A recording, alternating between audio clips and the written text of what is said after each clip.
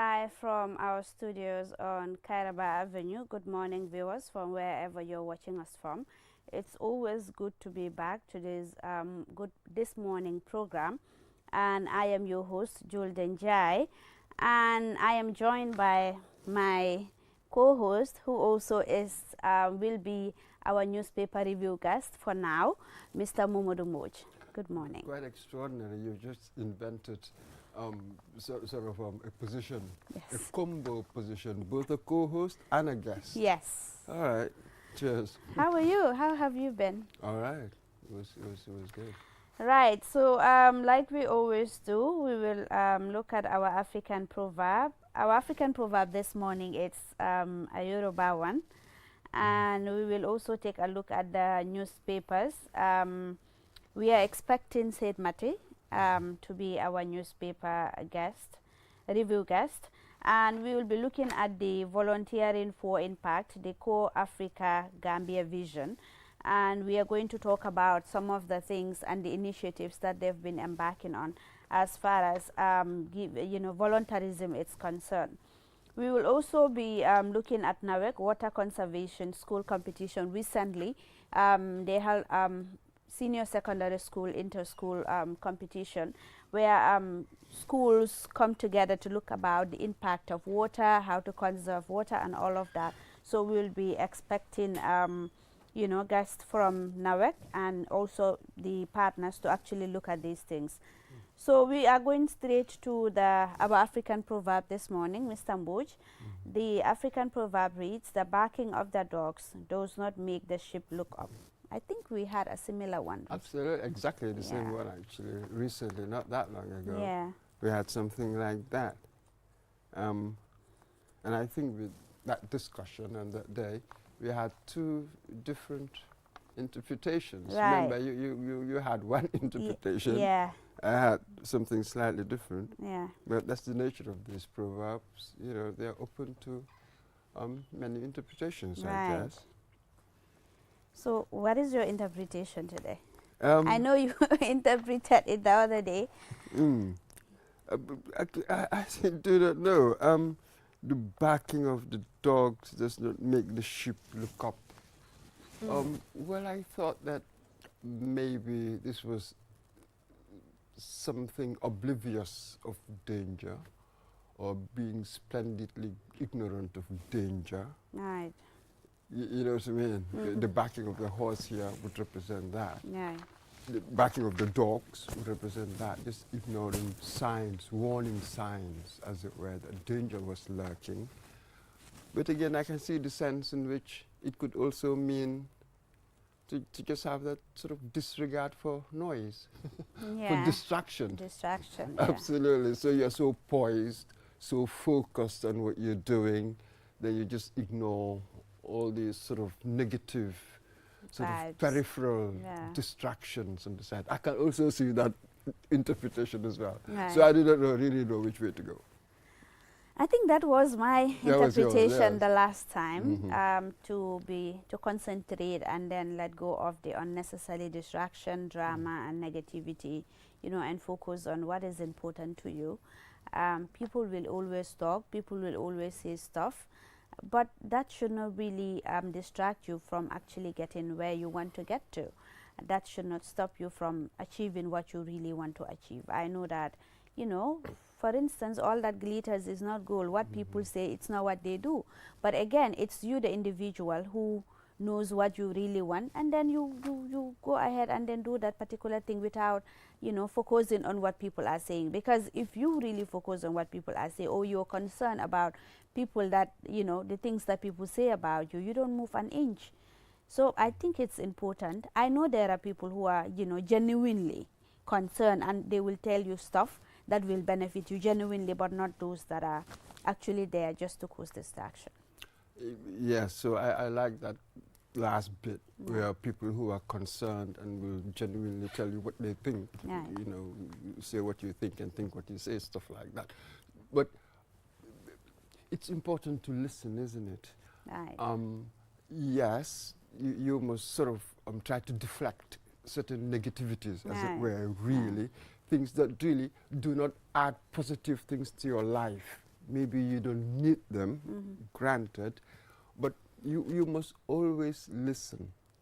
There will always be gaps in your thinking. Right. You can never be 100% right or wrong, you know, stuff like that. There's not much that's 100% about human beings. You know what I mean? The software itself is quite flawed. So we are bound to make mistakes. It is in this sense that you don't want somebody who is just so self-obsessed, self-referential all the time. That's dangerous. Right. You're creating your own bubble, and then we all know what happens to bubbles. Sooner or later, they burst. So this is it. You must listen sometimes. Yeah. You know what I mean? Not everything that's said that's It's so, against you. yeah, it's against It's you. important. I think yeah. that's Absolutely. important. Yeah. And the other interpretation as well, I think is important. To sniff out danger before it consumes you. Yes. That's You important. know what I mean? I think maybe that sort of skill, is Yeah. it a skill? I don't know. Maybe it comes with experience, having gone through so many different situations in life.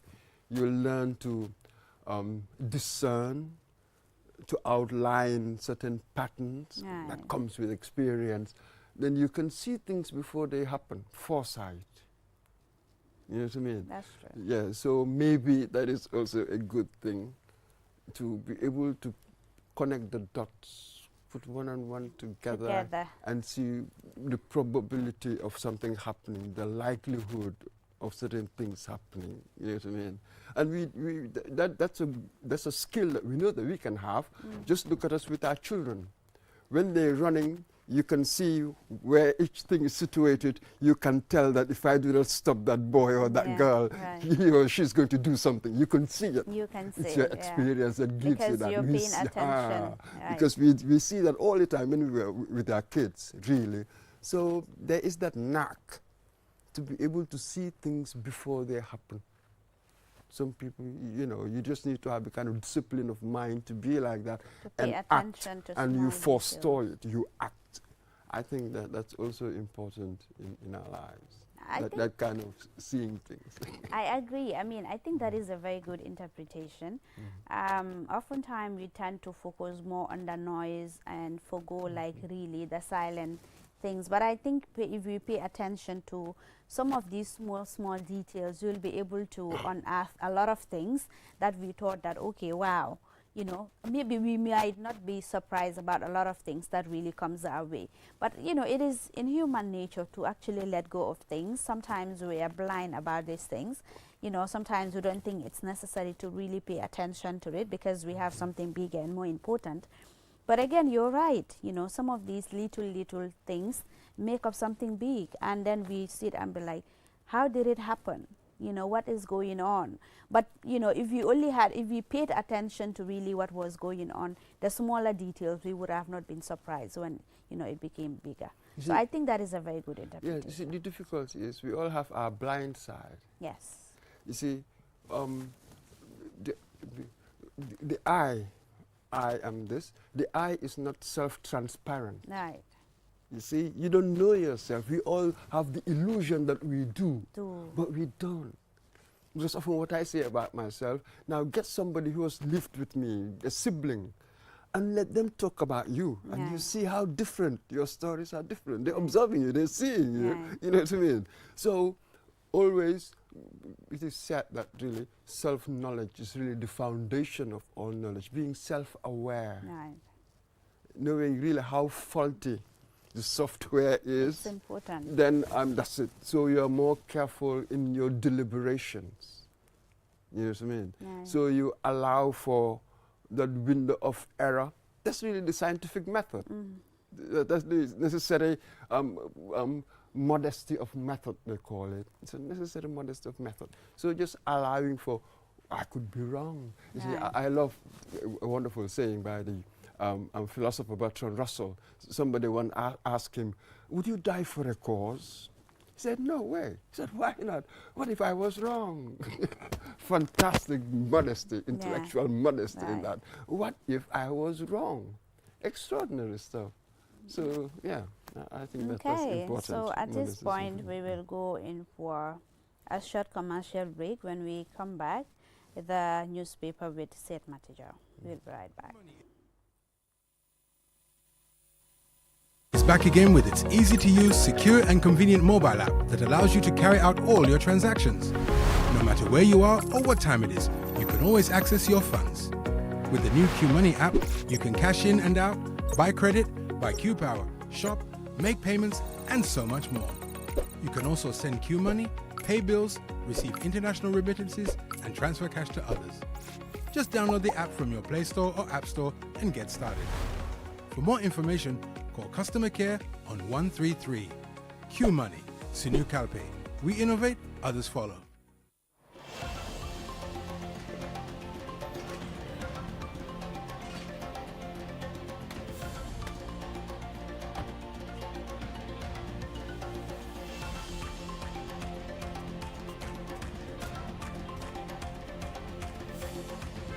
Oryx Gas, the energy that brings us together.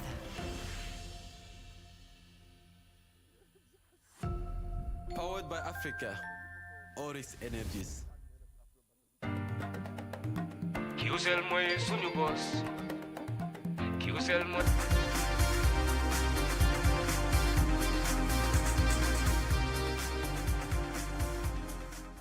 Welcome back. If you're just joining us, this is QTV This Morning program, and we are joined by Seth Matijao, who is our newspaper review guest. Good morning, Seth.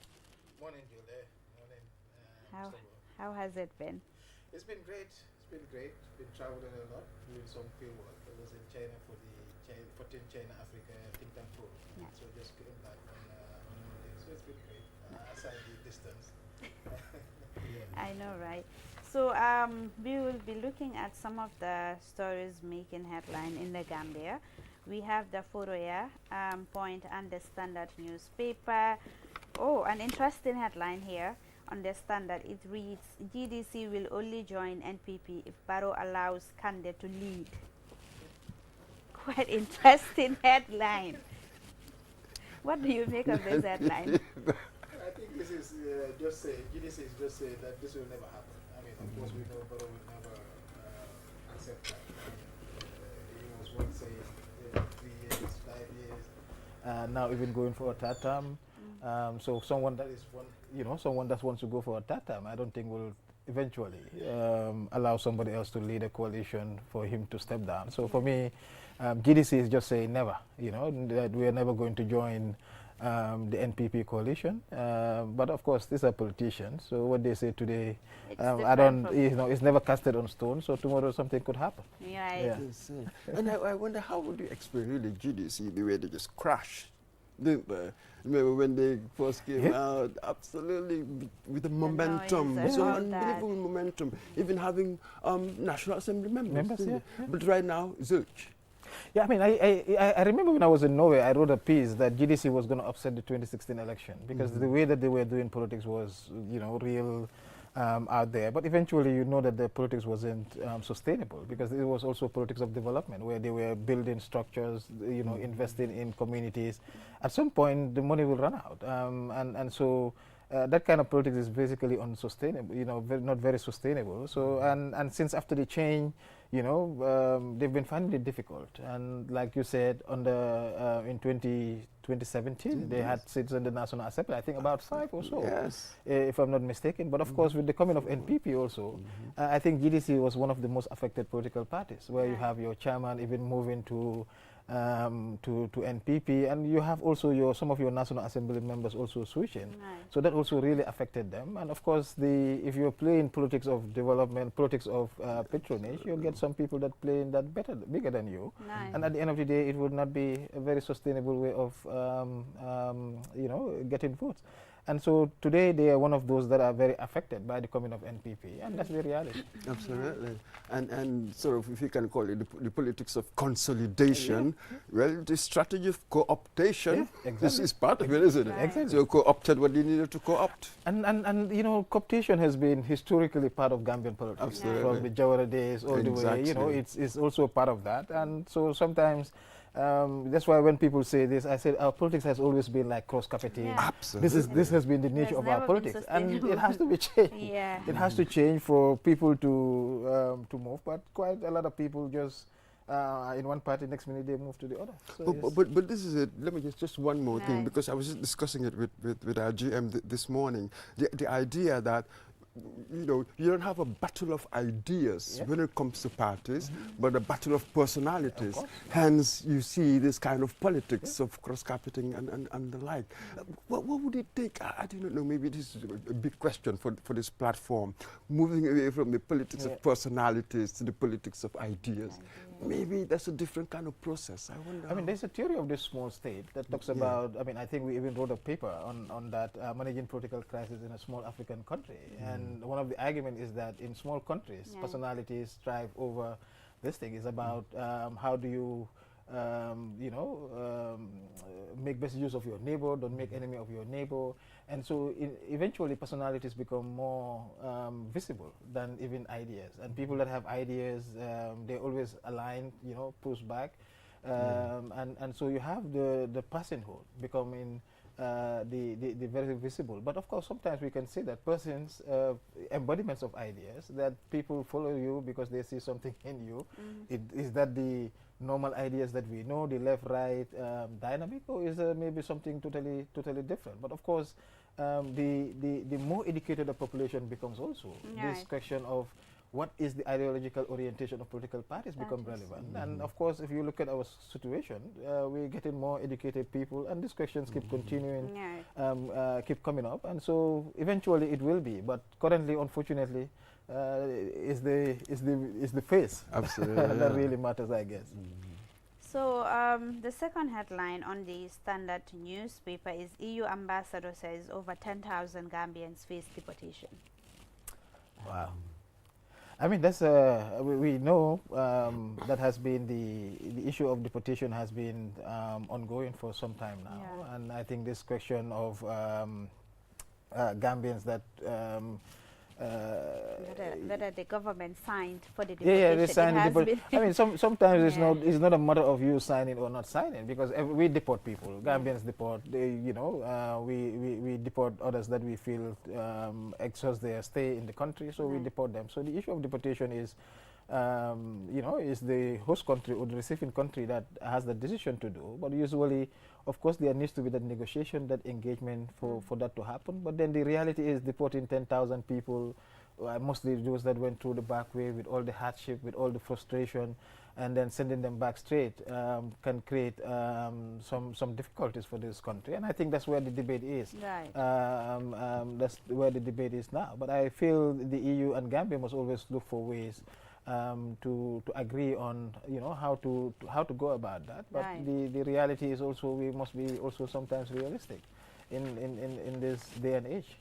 Absolutely. And this one though, on the one hand, it's a straightforward legal issue. Yeah. They have their own rules of how you can stay there or not. But again, the whole phenomenon, it sort of turns into a political issue as well, isn't it? Yeah. So I think that for our purposes, we should focus more on the political stuff, because that's really what's in our interest than the legal stuff. And let's be honest, a good number of Gambian people with the back way thing, we sort of encourage our people to go back way. We all want our people, our kids, to be there, not here. Yeah. So it wouldn't be a popular Of course.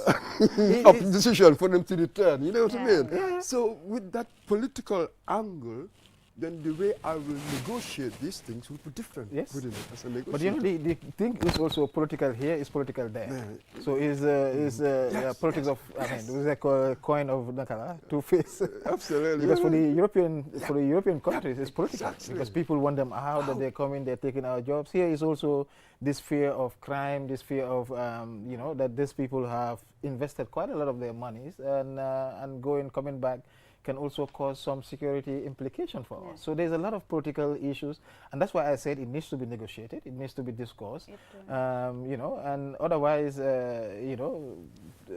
this group of migrants will be caught in between two political giants. And at the end of the day, it will become a problem for not only for them, but for their families as well, those that are expecting something from them.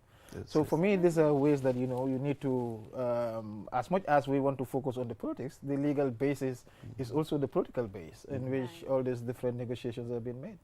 So it's a difficult question. Definitely. Absolutely. And with us as well, for instance, if you refuse to take some of these people, the implications, the repercussions. Of course. There will be conditionalities, Yeah, and you'll pay for it in all other areas, isn't it? So we have to juggle this one. So sometimes, you know, like at one point they said they were not going to accept, later they accepted, and later now we're seeing the petition happening as well. Yeah, it's a push and pull. But I feel like, I mean, people need to be, both still need to be honest, need to accept people's realities, need to accept both realities. Even if they have to provide some sort of training, build capacity of those that are there. 10,000 people, are they skillful? What could they contribute? Some of them leave very early here, hoping to make it in Europe. So there are those opportunities that could be discussed to see, you know, how to go about it, rather than just bringing and dumping people here, you know, escaping from the same conditions and coming back to the same conditions.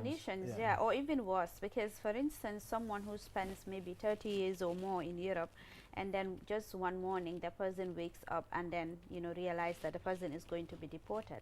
I mean, that psychological effect that it is going to have on the person too, and the burden at home, back home. We've seen that, you know, all these people that are deported back in one way or the other have some sort of psychological issues, the trauma, the stigma, and all of that. And, you know, let's not also forget that those in the diaspora contributes a lot when it comes to remittances. I think it's the highest contributor to Gambia's GDP at the moment. So, I mean, it's important. I think, like you said, we really have to look at these things, you know, on both sides. For me especially, you mentioned something very important, the psychological aspect and the stigmatization. That is like from the families also, from the communities, calling people deportees and all that. I mean, sometimes there are a lot of things that we need to change within our society. I mean, people will tell you traveling is luck, but if you don't make it when you come back, they stigmatize you and all those things. Those things need to change. You know, if you cannot make it there, you try and come back and be visible that you can make it here. It's not the end of the world. It's not the end of the world. So sometimes, you know, we need to have that mentality, or join our bandwagon, Basa before Babylon. Those of us that want to stay and make it here. So, you know, it's a difficult question, but it has to be discussed from a societal level, family level, to the state level, and at the individual level as well. Right. The main headline on the Foroya reads, "Government begins paying farmers." Finally. Almost after when the rainy season is about to. I mean, I think a lot of farmers were complaining. I know a lot of people from the North Bank in particular that they've not received their monies. And I think that is like, you know, government need to find ways of making sure that when people do their work, they get them the monies that they require, because these people also have to take care of their family. They have to invest in things that they want to invest. We are glad that they're finally paying them, but it shouldn't take this long. I don't think it should take this long for them to settle these people. And, you know, we're talking about farming being the backbone, employing almost 43% of our population. And imagine like having a whole chunk of that not receiving their monies, especially after, you know, working so hard for the last, we're talking about the last rainy season. And the rain has started here again. So, you know, it's like a whole year you just working for free. And that's not fair. That's not fair. And we would also like to know why it has taken so long. You know, we must know what the reasons are. Before you could say that you will prevent it, then it wouldn't happen again. You need to know what really went wrong. It would be interesting to engage the Minister for Agriculture to actually know why and the plans they are having for this year's, you know, groundnut season. So another headline on the Foroya newspaper, one-tier sales ban in Serekunda amid mounting tensions. That was yesterday, right? Yeah, clash between the shop owners and street vendors, you know, with regard to the one-tier issue. Almost every year I hear this, you know, friction and all that. But this year I think it got worse, you know, because I saw people on videos throwing stones and all those different stuff. It was like total chaos. And so I don't really know, you know, what is behind the demonstration or the protest. One group preventing the other from selling. But water has been here since as long as I can remember. Yeah. Absolutely. And, you know, and every time it happens seasonal.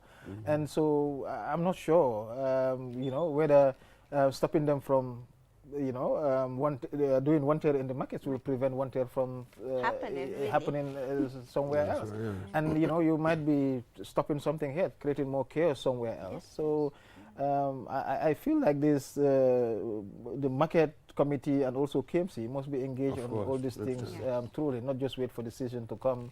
But also people, like sometimes people don't believe in God in the sense that, you know, they feel like, okay, these people are blocking our wursak Yeah. or something Absolutely, else. Or, you know, sometimes like wherever you are, if you what you're going to get, you're going to get it. So sometimes you have to just be calm and then, you know, let things work the way they're supposed to. Supposed to. Yeah. Right. I was talking to a friend of mine yesterday, and I was like, I think people really need to be critical about these things. For instance, the one tier. If those outside are selling at a cheaper price than those at the shops, I think that also ought to be looked at. For instance, if it is the same product, the same quality, the same whatever, and then you're selling it for $1,000 and those that are outside are selling it for 500, Yeah. obviously you expect people to go there and buy your products. I think people also need to be reasonable. When it comes to festivities, this is a time where prices of commodities, goods skyrocket, Yeah. and I think it shouldn't be like that, really. No, for them themselves, those that are in the market, for me, I think the wiser thing is to do also their own one tier. Right. But if you don't want to do your one tier and then you look at the others, I mean, because are they not getting the same product? Is it not the same quality that they're getting? Yeah. So those are things that sometimes you have to have this business strategy that during this period we bring prices down. I Yeah. think call it sale, call it somewhere else, make it cheaper, even though it will not be cheaper for the ordinary Gambians. But Yeah. you know, those are strategies that you need to look at. But to Absolutely. prevent others from coming to make their ends meet, nobody owns the market. The market is a free place of buy and selling. So people will go there to hustle, and so it has to be that way. But Yeah. for me, at some point, it doesn't need or should not lead to this chaos that we saw, destroying properties, destroying those things. Those are chaotic scenes Yeah. that shouldn't be tolerated at all, especially in a market where, you know, we expect civilized people to be. Right. That's it. And I also think that just one more thing, regulation. I wonder with the council what kind of regulation they Yeah. have in place. Yeah. Then you can play, you know, according to what you're allowed to do. You know what I mean? Yeah. So that's where you distinguish yourselves, your Yeah. entrepreneurial acumen, as it were. That's where Yeah. you display it, really. So knowing what the regulation is, Yeah. and then just enforcing regulation, Yeah. isn't it? Right. That's how you bring about peace. You know, rules must be fair. If people judge it to be fair, Right. then they are likely to conform. This is how you bring peace Yeah. within a community, isn't it? But sometimes is I heard they talk about the fact that they have allocated different places, but also that's why I was saying that people that are selling sometimes they think like they own people. So because for me, I believe that a buyer will meet the seller wherever the seller is. Right. And so sometimes people have to have that simple logic and understanding that if people really want something, they Yeah. will come to wherever you are. Absolutely. So I saw that they, you know, put people in different places, but also, you know, the Gambian mentality. Oh, this is where we've been doing it. This is how it has been. Yeah. So the tradition, we have to keep it, maintain it. And, you know, It's- for me, it's a at some point, we need to be an organized society. But this shows that we are like a chaotic society. Yeah. Yes. And if you want to see a country, you need to look at the market and the traffic. So if the market is chaotic, the society is chaotic. Right, that's right. So the final story, let's look at the press release issued by the Gambia Immigration Department with regard to the, you know, some of the intervention that they've done with regard to the Talibans at the Dara Medina Suwane, where, you know, these kids, they spotted them at the beach, they have wounds, rashes, and infections, you know, and when they conducted a joint operation, they realized that the environment was really unconducive Yeah. for these kids. Yeah, I think you know, these are things, I saw the pictures and I think it was Yeah, a really scary. serious, it was a really scary. You know, we all started as Talibans, but I don't think we got to situations like this, even though we were far away. But what I saw was really scary, and it shows that health and hygiene of Yeah. these kids are not being really taken care of.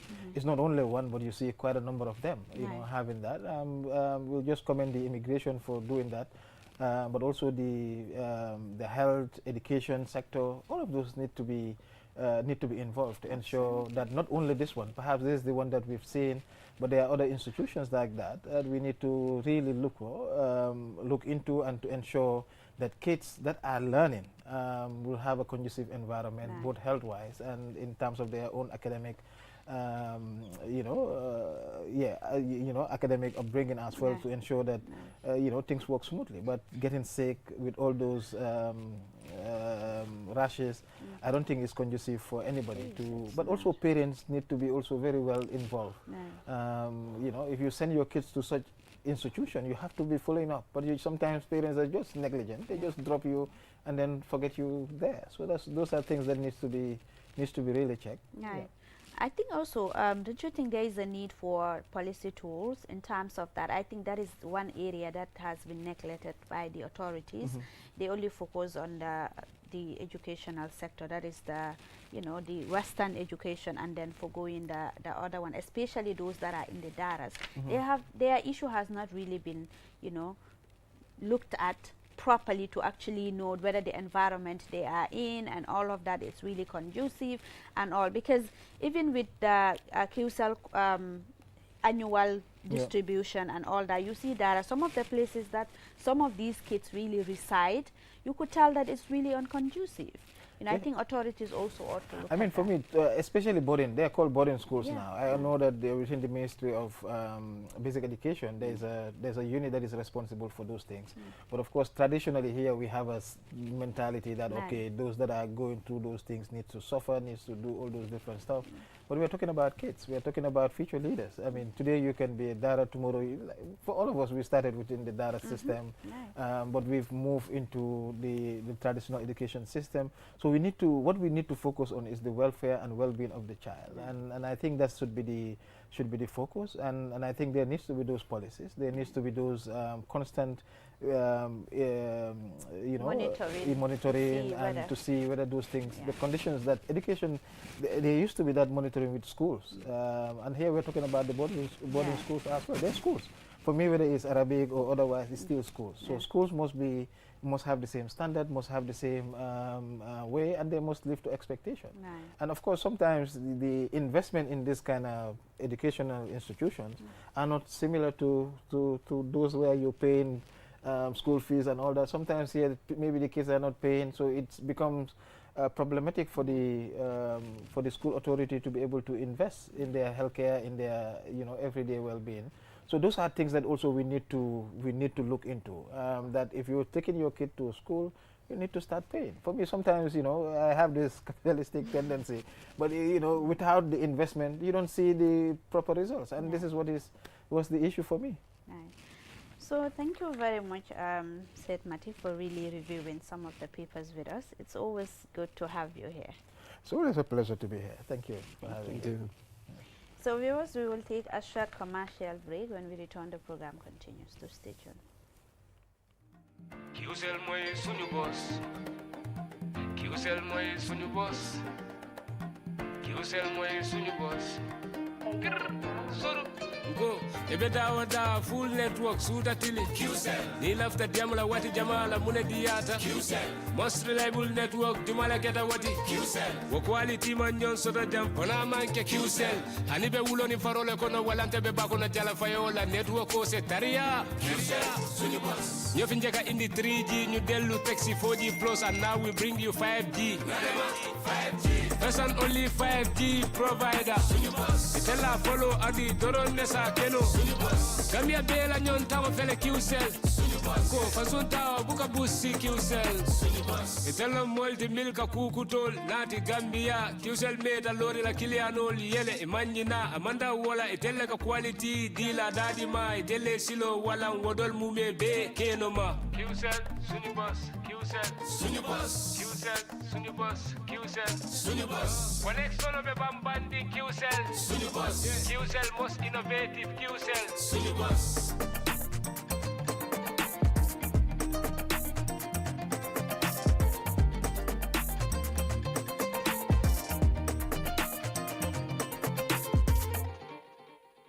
Q Kiwmoni arti webi nafitoragol no yawi te non kadi no moƴƴi Kiwmoni a wawa wadde piiji ɗin fow kala ko wonɗa wattu kala a wawa hendade mbuuɗi maɗin e o Kiwmoni app kesong a wawa nattinde mbuuɗi ma ɗum yaltina soda credit soda kiw paba soda ko falaɗa te non kadi wawa hen yoɓude himɓe e ko heewi ina wawi kadi nuldude Kiwmoni yoɓa bilji maɗin te non kadi hendoɗa mbuuɗi ko yaasi nulda himɓe kadi mbuuɗi fi nafitoragol ɗum no weeɓi yahu ka play store ma ɗum ka app store fi wawa fuɗɗade fi heɓugol hen ko laaɓi noddu Kiwmoni customer care e 133 Kiwmoni suñu kalpe minen udditi lawol ngol si woɓɓe jokki Kiwmoni e muruntananne koteke anilañi mobile app sone yariŋo a lannayata ndun e se kuwol be keno ibe dawoda wati o wati e se muna fanno ila kodola anin Kiwmoni la ñim mobile app kuto e se kodo dundino ye kodo fintinde e se credit ko sanno ye Kiw Power sang ye feŋol sang ndun fanan e se mol jono anin ku jamalu e se Kiwmoni kino yela bilol jo ndun fanan bantala banko se kodo kiyeno e se kodo fanan kino do kotenye pour que muna fanyina a download sign play store anin app store ni laftaka kusenango soto je Kiwmoni customer care commandi 133 Kiwmoni suñu kalpe ntolle nga silo walang dole mol noma.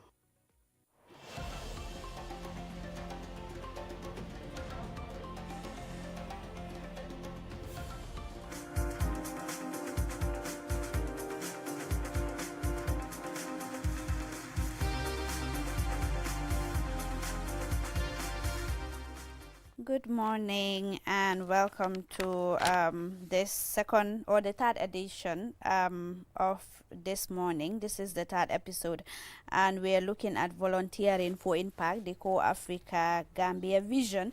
And I have with me Mariama Sanya, who is the communications officer for Co-Africa Gambia, and I have Fode Bojang, country director, Co-Africa Gambia. Good morning, ladies and gentlemen.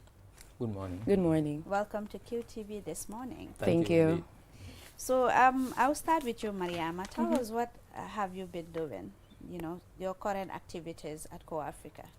Okay, so Co-Africa, starting off first, it's an organization. Nice. We recruit young volunteers, young Gambians that are from the age of 21 going above, that are focused on leading community-led development projects. Yeah, so these volunteers are basically deployed into communities for 10 months. They live with the communities, they serve with the communities, they identify challenges alongside the communities, and they come up with projects. Right. So basically we're a youth-focused organization and community-led development organization. So our activities in the Gambia circling from 2023 has been that of transforming communities from grassroots advocacy.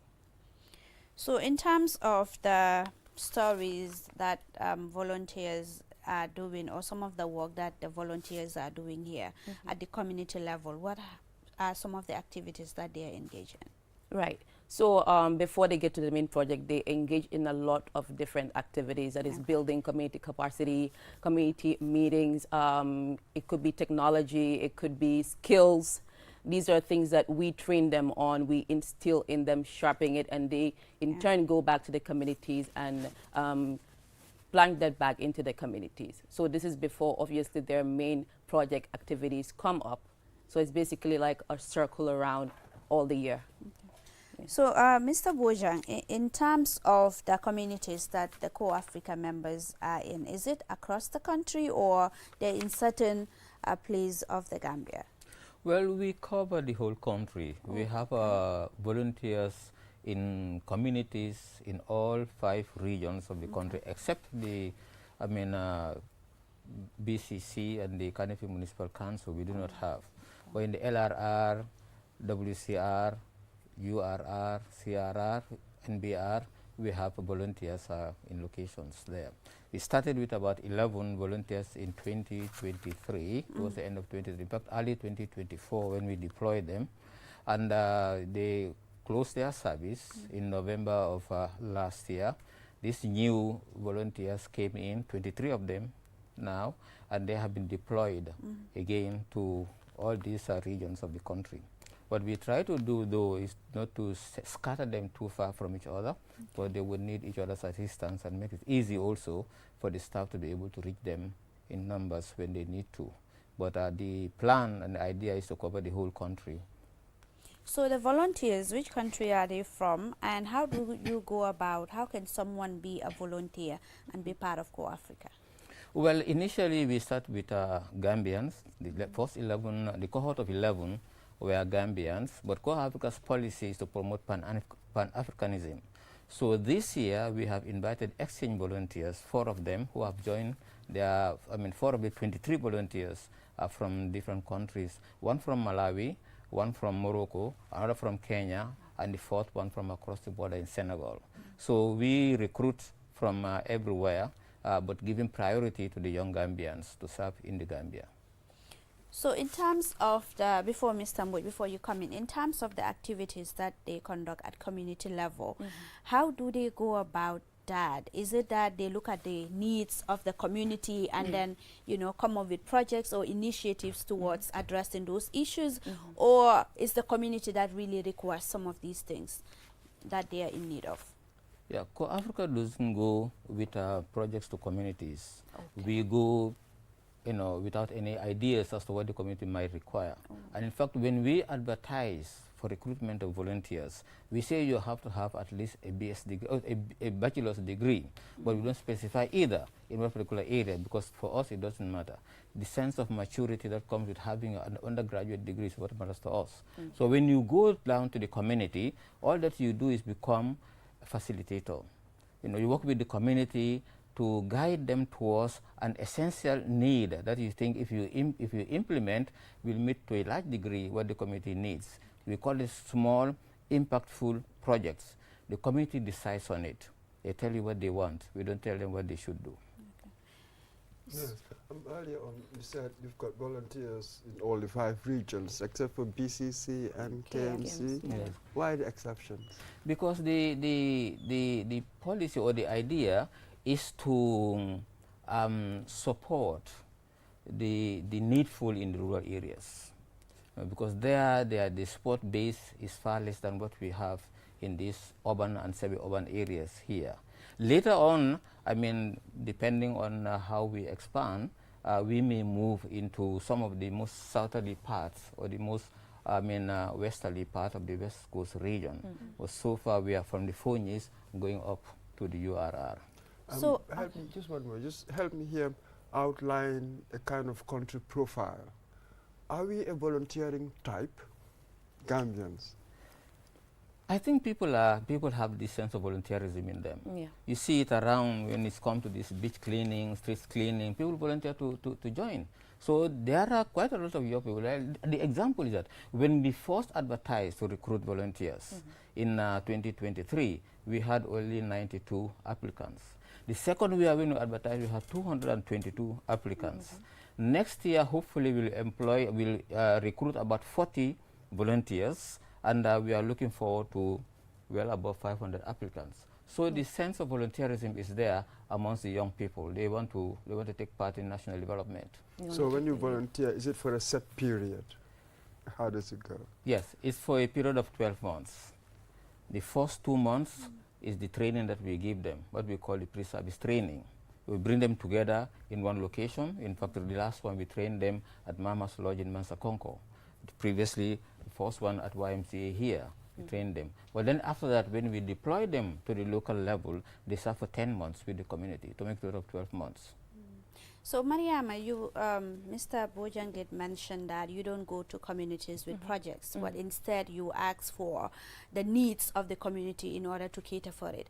So at the in rural Gambia, what are the issues that really these people make requests of, you know, in terms of the activities that you're involving in, and they are making requests? So what are some of the things that they really request for you people to help them with? Right. So just like my country director said, our volunteers, they go to these communities as vegetables. The figurative term between that is they go there with no form of conviction. And when they get there, they just blend with the community.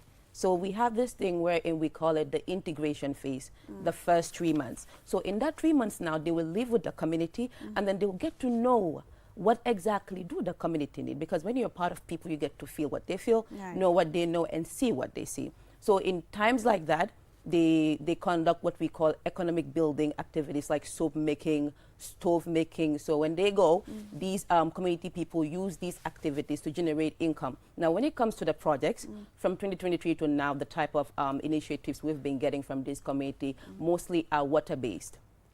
Because we know how in rural area, how lack of water is a problem, and also lack of community gardens and lack of boreholes. So even most of our impact stories, or one of our strongest impact stories, is provision of a community borehole for the women of Tankular, which has already been implemented since last year, and then now they're having very fruitful harvest. So these are the things you will see that are happening. But with our various 23 volunteers that are currently in the communities, you can see they have various projects that are ranging from bridges to beekeeping projects, to water, to borehole, to classroom structures. So it's kind of diverse, if you look at it. These projects are capital intensive, you know. How do you go about having the funds? Are you in any collaboration with any organization, whether internally or externally? Okay, so this is where the development partners come in, and people in the Gambia, the philanthropists, the government. This is why we're calling on them, because Core Africa already is in a pivotal position wherein we're facilitating, we're doing the needful, we're doing the work. And the most amazing part of our approach is the community taking part and putting their own contribution and support first. So the funding comes from development partners, especially like projects from last year. You have a development partner like Nyodema, I think Nyodema and... that's the Mbolo Foundation. Yeah, the Mbolo Foundation, the CAD Foundation came on and fully sponsored the project. We had the pitch day, which is upcoming tomorrow, wherein people come, join development partners. These volunteers are going to pitch their projects, and they're going to just say, oh, I'm going to fund that project, because it's a really good project. So we have things like that ongoing. To add to that, Core Africa's original funders is initially in Morocco in 2013 was the OCP, that's the Moroccan government organization that's responsible for the phosphorus management and the like. So this funded the first Core Africa volunteer program started in Morocco in 2013, so provide funding for it. But since then, most of the funding for Core Africa has been coming from the MasterCard Foundation. They provided funding for all the countries so far, the 10 countries that are operating on the Core Africa, and the plans to move on to quite an order. But we really want to promote domestic philanthropism here, and to see those who have the means to be able to support their countrymen. You said they are kind of, I mean, the projects are not expensive. What we have been doing, we try deliberately to guide the community towards projects that are easy to implement, projects that themselves can continue to monitor and to implement even when we leave. So the borehole projects, the poultry projects, vegetable garden projects are usually within the range of about $3,000, $4,000, $5,000 at most. So there were very few cases. The one in Tankular went about $6,000 US. The one in Quinala about $8,000, $9,000 US. But there we had the American Embassy came in to support us. But the smaller ones that we insist, we try to force the community towards, are the small ones that they can have their input into, and for purpose of sustainability, for them to be able to continue even when we leave. But we don't leave them completely. We continue monitoring their activities to ensure that what we left behind is being taken care of. And if they need support from us, we'll continue to provide the support to them. Yes, I wonder, you've been around for what, 2 years, is it? What would you say is your flagship achievement so far, tangibly? Tangibly, I would say the Tankular Women's Project, the garden project, is a flagship, achievement. But across the board, we have had in Nyakoi Taibatu, we have had a similar program there. Right now, apart from we would have had a very, very big garden in Quinala had it not been for President Tom's recent intervention. So there was some little problem, but the project is now is moving. But outside of that, we have quite a number of others. But the Tankular one is the biggest of them, because that's more than a hectare of vegetable garden that women are full of women producing vegetables. That's it. Talking about Trump's freewheeling, how would it affect you? I wonder. Yeah, will it affect you our funding for significantly? Quinola came from part of it. About over 60% of it was from the American Embassy, the self-help program. So 3/4 way through, I mean, this bombshell came, and they had to suspend. Fortunate enough, for us and the American Embassy, we had already committed all the funds. But even though the committed and work was going on, because of that directive, we had to suspend and observe the situation. That brought in some delays in the implementation of the Quinola project. In that case, then, if because now the American people, funds are not coming in, and that will really have a lot of impact, whether directly or indirectly. What are the long-term sustainability mechanism that the organization is coming up with in terms of funding? Yeah, we try to diversify our funding base. Oh. I told you that Muscat Foundation is one providing the primary funding, but at their head office in Washington DC and across also in other offices in Nairobi, processes are on to reach some other, donors for funding. But we are trying to domesticate, funding. So that's why we are trying to build the sponsorship base in the Gambia as well. Try to identify those who are really willing to sponsor activities of that nature. Many have told us they gave up because where their money was going to previously, they didn't see much success. But if they can find an organization like ours, where our people are on the ground following project to their end, then they may be willing to come in. And we are looking forward really to get those kind of people for funding, not just for projects. In some cases, you have had in some countries, organizations have provided funding for the country office in terms of staff recruitment, for the payment of volunteer services for 12 months and the like, their stipend, their feeding, their transportation. So in the Gambia, we are based initially on funding the projects on the ground. But we look forward actually to having sufficient funding to be able to recruit volunteers locally and deploy them, train them and deploy them. That's it. I was just going to ask about that because you said that you sort of solicit funds from local private, as it were, companies. Are we giving a lot? Have you been receiving much help from companies? We have just 1 year, 1.5 years. We just graduated, quote unquote, our first cohort of volunteers. There are quite a number of companies that are not still aware of us, our presence in the country, so we are working towards it. But there are quite some good indications that we are talking to just have shown willingness really to continue to provide support for us. So you have been in operation for 2 years, Mariama. What has been some of the challenges that Core Africa has been really encountering? I think when it comes to challenges, it's logistics and this partnership that you mentioned. We all know how the Gambia can be when it comes to donor fatigue. It's a headache. So you get companies, especially everywhere, they know they have social corporate responsibility, and we're kind of bringing it to your door that, hey, this is us. Sustainability is assured, and we're going to be looking over every penny you're going to be putting in. That's a given. But then they're not coming out, and it's kind of a challenge trying to get there. But then, like the director said, we're just 1 year, and it's a stepping stone. We just recruited a PPO recently, and we're kind of reaching out to a whole number of development partners or potential development partners that we believe, especially after the conclusion of our first cohort, and now there's an actual impact story for the Gambia that people are going to be seeing. Now they know what they're in for and what they should expect should they come in as development partners. So thank you very much, Mariama. Thank you, Mr. Bojang, for coming on QTV this morning.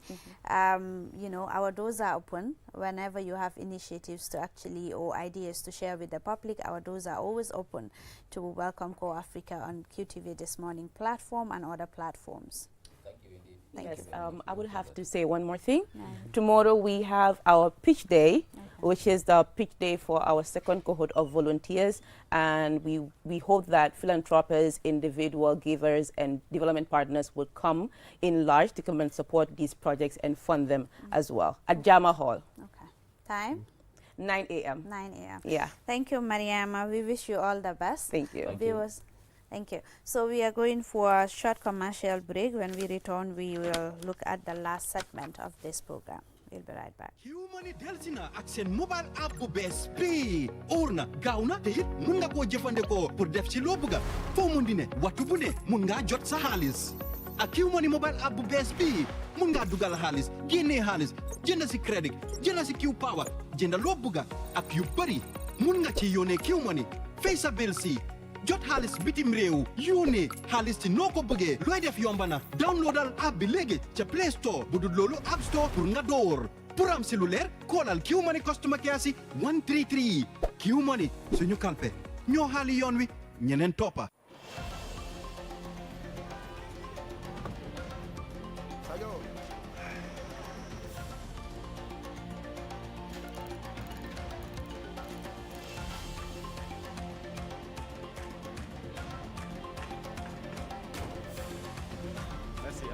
Oryx Service.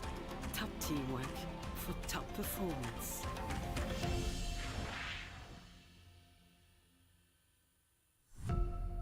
Powered by Africa. Oryx Energies.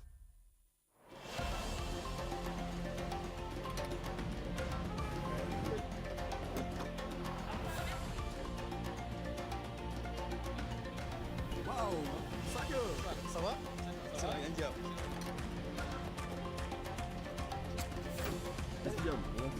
Oryx, with you all the way.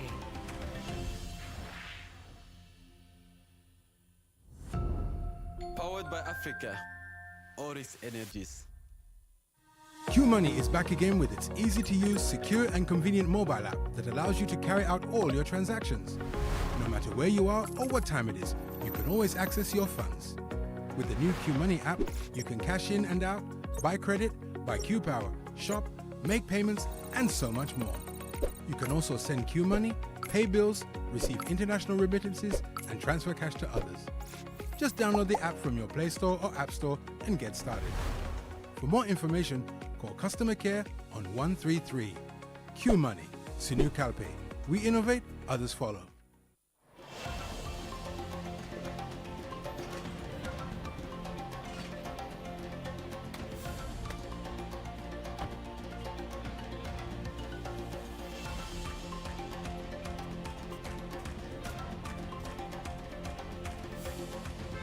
Oryx Gas, the energy that brings us together.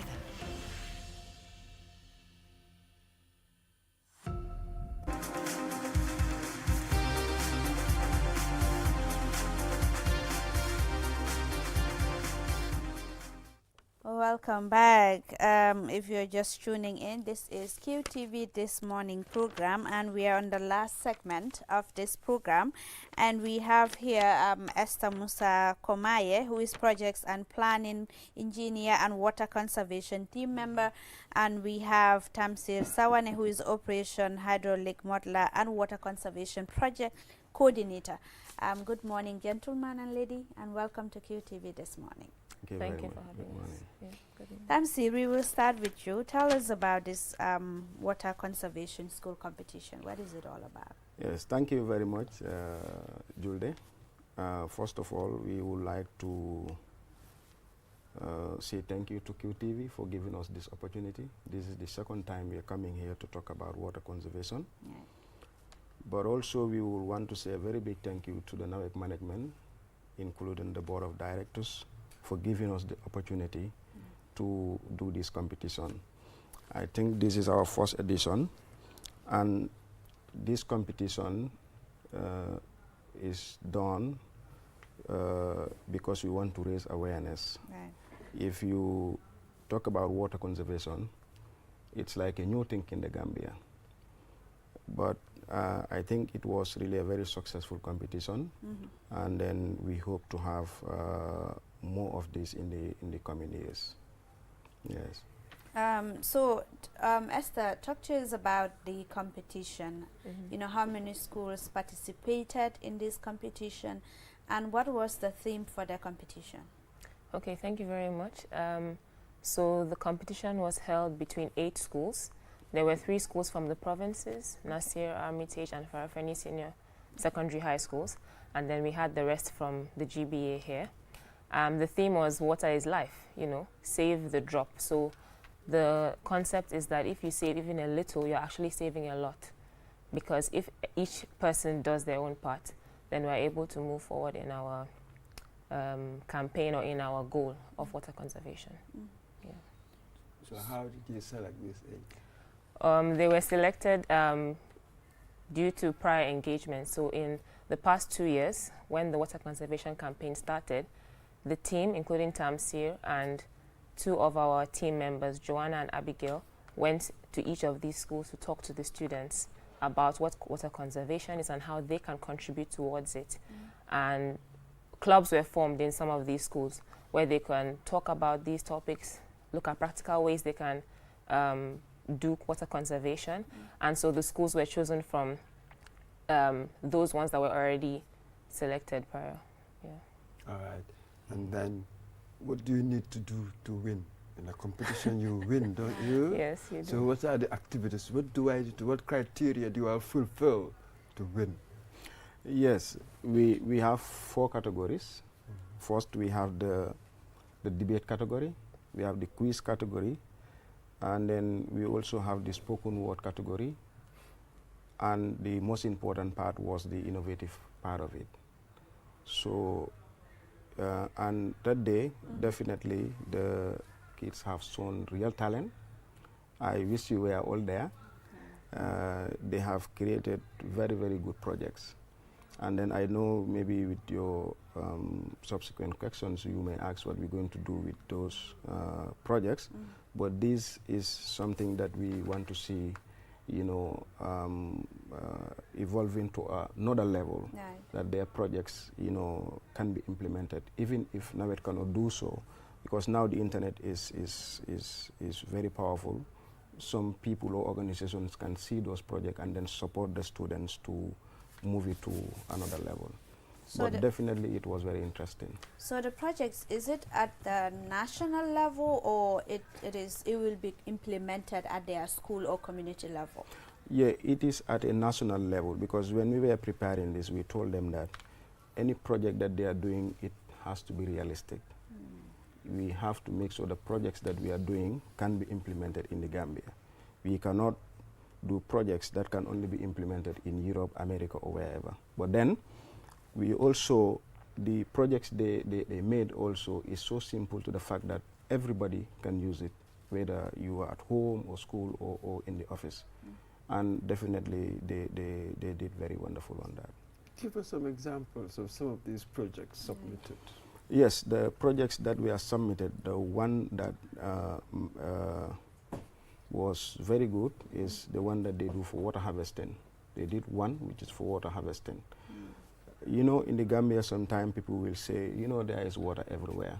But then, during the rainy season, you will see a lot of people have started using that. A lot of people will harvest water, and then will use it for, you know, laundering or even watering the grasses and stuff like that. These were some of the projects that were done. And I think Nusrat also did 3 projects which were very, very important.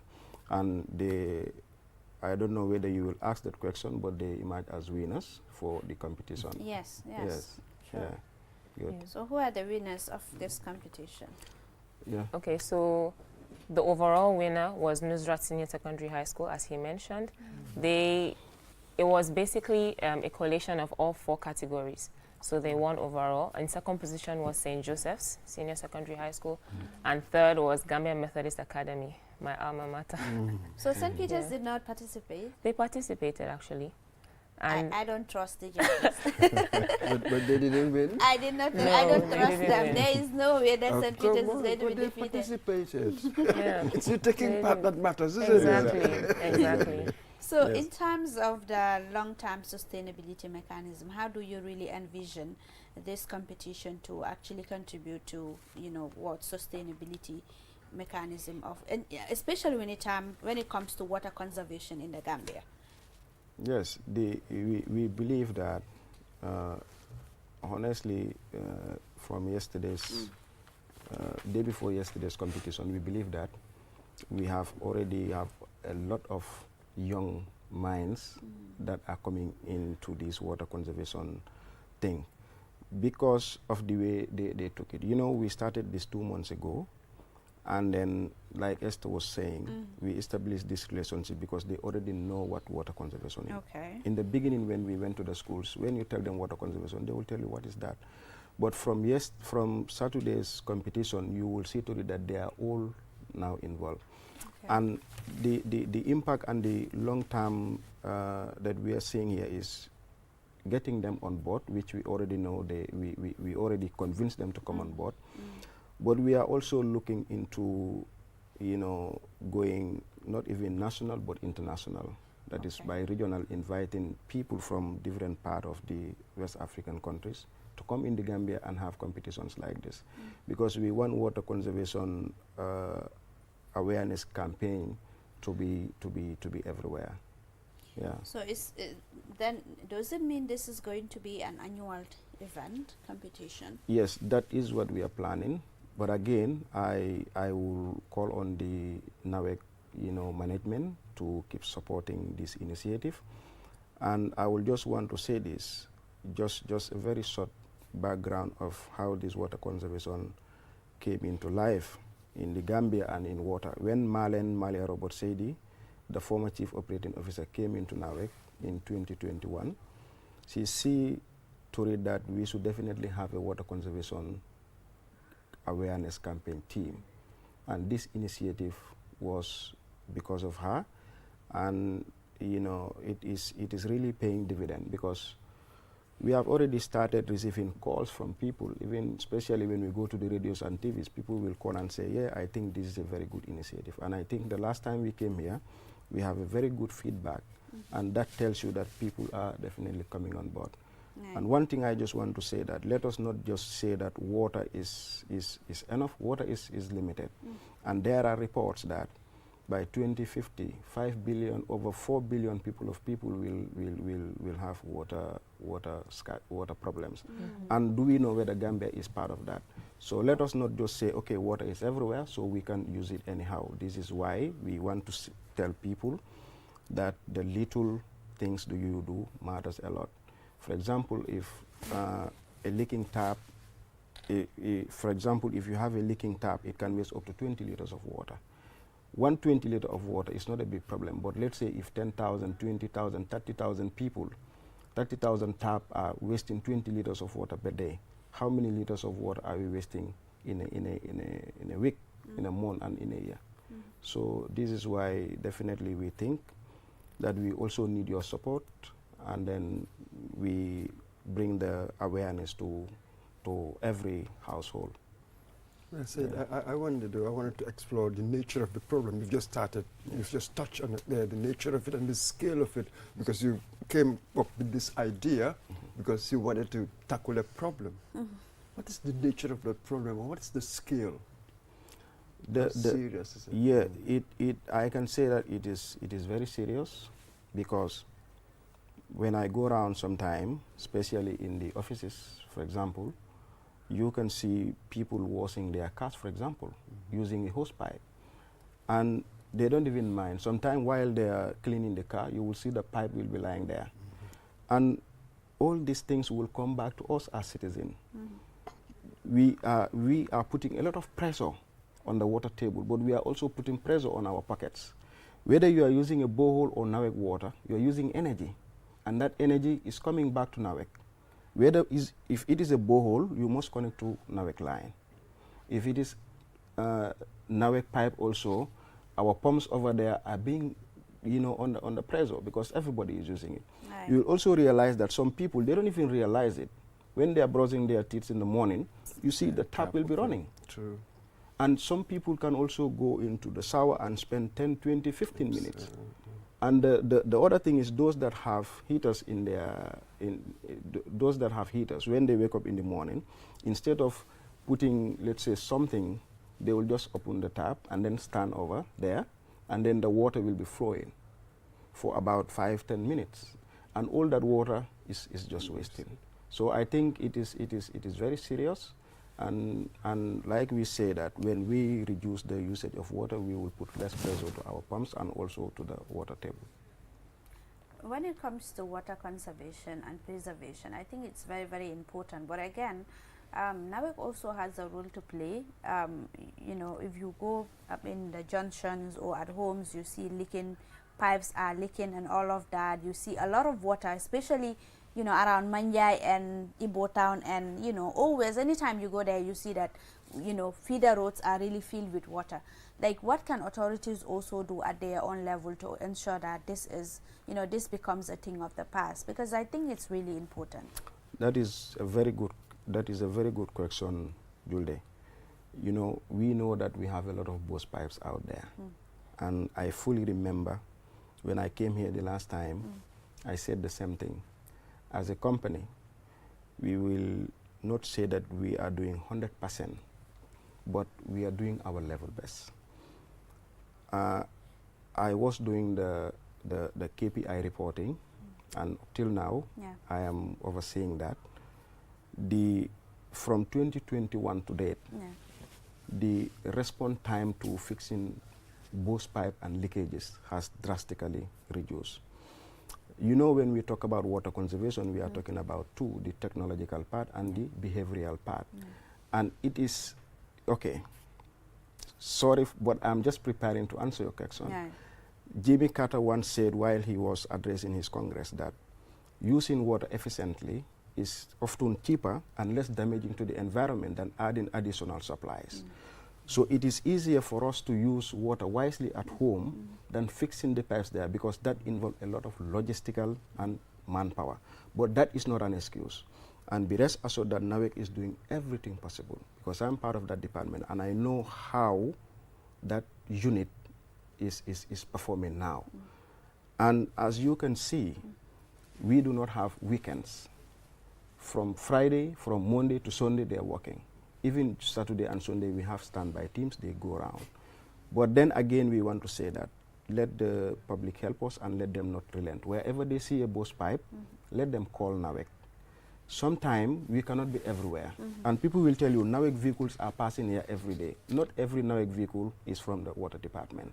So this is what people should also understand. But then again, we will do everything possible to make sure that, you know, we tackle these burst pipes. And one thing also, we will want the public to be using our 1669 number, so that anywhere they see a burst pipe, you know, they can report to the But team. is it working though? That number is working. If you test it now, it will work. Wow. So it is working 100%, and definitely we have a very, very great team there, that when you give a call, they will record your number and they make sure that they make a follow-up to see whether that problem was resolved. Okay. Yes. So what is next now? Now that the competition is done, what is next as far as water conservation is concerned? Yes, the competition is done, but our work still continues. Water conservation is still there. It's not. That is why I just want to call on all the schools that participated, and then I want to call on everybody that is listening to make sure that to save water. What I always say is water conservation is not an individual concern. It is a collective responsibility. That is why we brought these kids together. Our next step is, you know, to continue doing our best by sensitizing people, but also to try and then bring in more awareness campaigns by calling on more people and then involving more people into this water conservation activity. So thank you very much, ladies and gentlemen. This is all we have time for. And keep up what you're doing, the good work. We are so proud of you guys, because I know it's again, the toll-free number 1669. 1669. It's yeah. important for people to get that. Yeah, that is the number 1669. That is the toll-free number to contact NAWEC. If you have any issues with water, electricity, or whatever, you're free to call 1669, and then they will be available to, you know, reach out and then address some of the issues that you might have.